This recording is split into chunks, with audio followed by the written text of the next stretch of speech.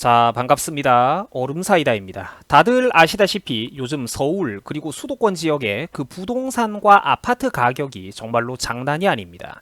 하루 자고 일어나기가 무섭게 매우 가파른 속도로 아파트와 부동산 가격이 폭등을 하고 있죠.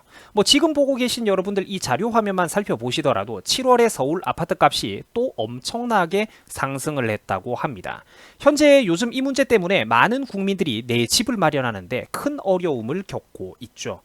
자, 그런데 최근 더불어민주당에서는 안타깝게도 원내 대표라는 사람이 부동산 가격이 폭등하는 이유가 지난 이명박 박근혜 정부 때문이다라는 발언을 해버려가지고 논란이 되고 있습니다.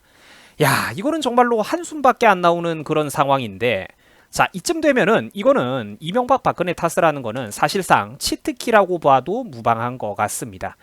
컴퓨터 게임에는 치트키라고 해가지고 일종의 이벤트성 편법이 존재합니다. 어떤 특정한 글자, 문구를 입력하면 돈을 무한으로 준다든지 혹은 내 캐릭터가 무적이 된다는 이런 식인데 그걸 바로 치트키라고 하는데요. 자, 아마도 현 정부와 여당인 민주당 입장에서는 툭하면 전 정권 탓을 하는 게 바로 이런 치트키, 합법적인 부정 비리가 아닌가 제가 그런 생각이 들 정도입니다.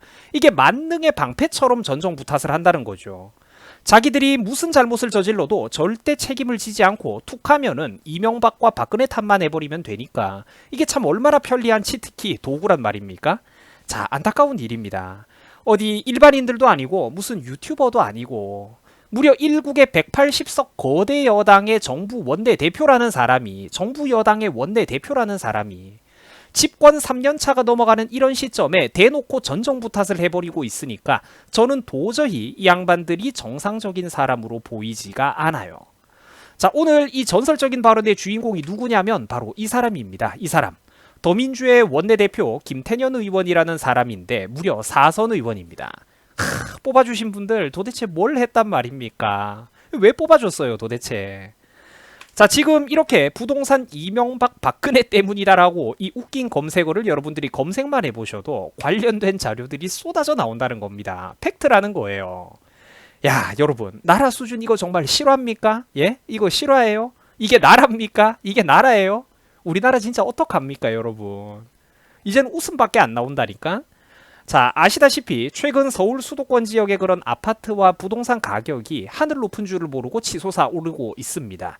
자, 그 이유는 다들 아시다시피 물론 여러 가지 이유가 있겠지만 서울의 부동산이 폭등하고 있는 근본적인 이유는 바로 이것 때문이죠. 정부의 경제 정책과 부동산 정책이 잘못되었기 때문입니다.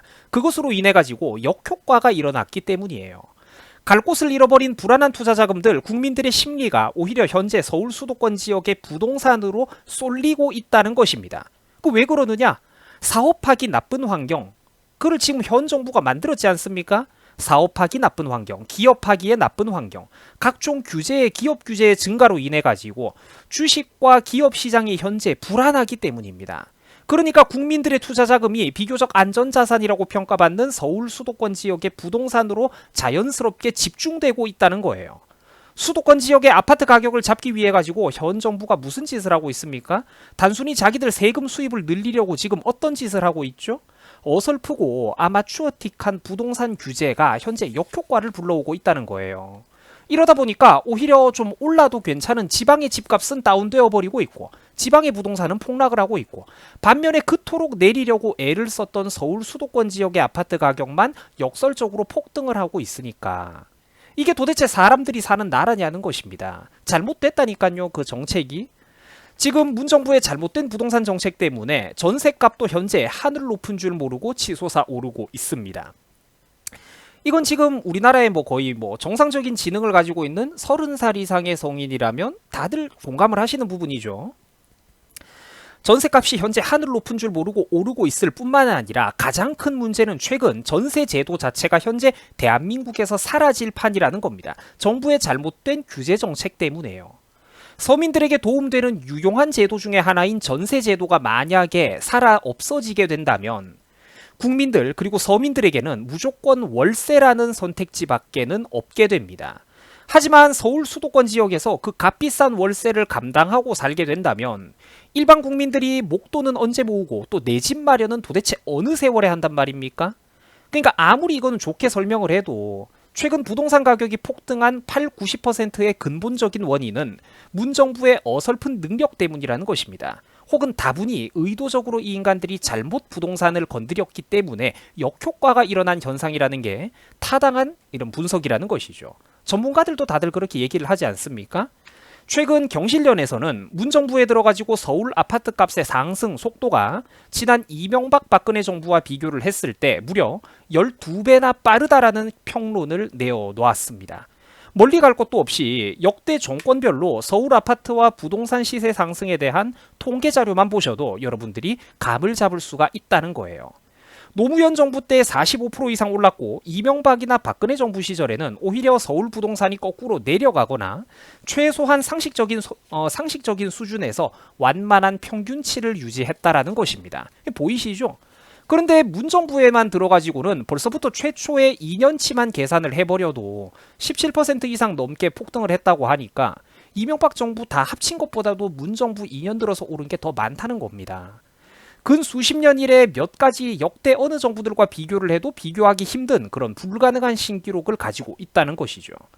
이런 비정상적인 아파트 수도권의 서울 아파트 가격 상승 속도에 대해서는 저뿐만이 아니라 전문가들도 함께 하나같이 똑같은 비판을 하고 있습니다. 얼음사이다의 개인 의견이 아니라 공신력 있는 의견이라는 것이죠.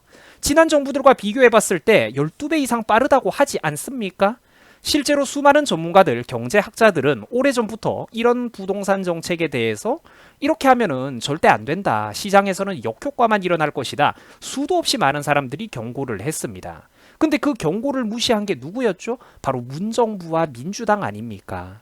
상황이 이런데도 불구하고 자기들의 잘못을 뉘우치고 반성하기는커녕 180석 거대 정부 여당의 원내 대표라는 사람이 대놓고 지금은 아무 힘도 없는 전 정부 탓을 하고 있고 심지어 야당인 통합당 탓을 해버리고 있으니까 미통당 때문에 부동산이 폭등했대요. 이게 뭐 하는 짓입니까? 이게 참 우리 대한민국이 아니라 대한유치원의 참담한 수준이라는 거예요. 이 대한유치원의 수준이 얼마나 가슴이 아픕니까? 또한 이런데도 불구하고 아직까지도 지지를 해버리고 있는 그런 멍멍이들, 꿀꿀이들이 얼마나 나쁜 사람들입니까? 아직까지 지지하고 있는 멍멍이들이 그 얼마나 나쁜 사람들이에요. 자, 이제 정말로 돌이킬 수 없는 상황이 하나하나씩 우리나라에서 터지고 있습니다. 여러분, 문정부의 어설프고 무능한 부동산 정책으로 인해 가지고 앞으로 20대 30대 청년 여러분들은 집을 가지지 못할 수도 있어요.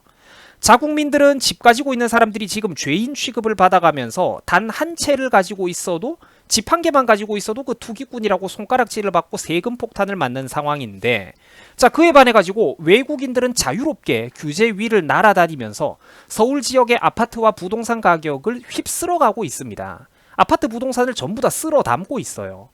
그럼에도 불구하고 문정부는 자국민들에게만 여포 노릇을 하고 있습니다. 외국인들한테는 찍소리 한마디 못하면서 만만한 우리나라 국민들만 잡아조지고 있다는 소리죠. 근데 이래도 지지를 해버리니까 그럼 안 만만하게 생겼습니까? 자국민들한테만, 만만한 우리나라 국민들한테만 여포 노릇을 하고 있다는 거예요. 이제 까딱 잘못하면은 이 나라의 청년들은 앞으로 한국에서 집을 얻어가지고 살기 위해서 중국 사람들을 비롯해가지고 외국인 집주인들에게 월세를 바치면서 근근히 살아가야 되는 형편입니다. 여러분, 한번 이 잘못된 경제 구조가 대한민국 깊숙이 암세포처럼 뿌리 내려버리면 나중엔 이거 못 바꿉니다. 유능하고 똑똑한 정부가 들어와도 이거 못 고친다고요. 인이가 싸놓은 거 치우는 데만 한 세월이 다 가버릴 겁니다. 이거 어떡하실 겁니까, 여러분? 참으로 안타깝고 큰일이 난 거라니까요. 하지만 더 안타까운 것은 저 사람들은 사실 원래 저런 수준밖에 안 되는 사람들이었다는 것입니다. 저 양반들은 원래 본인들의 아마추어틱한 그런 저급한 경제정책과 하찮은 지적인 식견 수준을 단 한 번도 숨긴 적이 없었던 인물들이에요. 저 사람들은 입을 열 때마다 사실 깡통 소리가 진동을 했던 사람들입니다. 그러면 무엇이 문제냐? 뽑아준 국민들에게 너무나도 큰 책임이 있다는 거예요. 저 사람들은 옛날부터 최선을 다해가지고 대한민국을 반공산주의 국가로 만들겠다, 사회주의 국가로 만들어버리겠다, 경제를 파탄내버리겠다라고 물론 이렇게 적나라하게 말은 안 했지만 사실상 이런 말과 다름이 없는 간판을 정치 인생 평생 동안 온몸에 써붙이고 다녔던 사람들입니다. 하지만 그들을 뽑아준 게 누구였습니까? 맞습니다. 바로 지금 대한민국의 20살 이상 국민들의 어리석음입니다. 지금이라도 제발 머릿속에 그 잘못된 선과 악의 이분법적인 그 선입견의 구도를 제발 좀 이제 누군가는 고치셔야 됩니다. 저 사람들은 원래 5살 유치원생만도 못한 정치인들이었다는 것이죠. 그러나 저런 인간들에게 아무 생각 없이 기관총의 방아쇠를 손에 쥐어준 게 누구였습니까?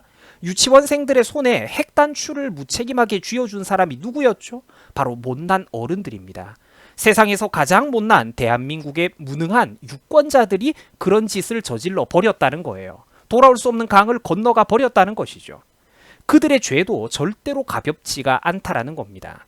혹시나 이 영상을 시청하시는 분들 중에서 과거 지난 몇 년 동안 잘못된 선택을 내렸던 분들이 계시다면 정말로 이거는 뼈저리게 여러분들이 깊은 반성을 해주셔야 됩니다.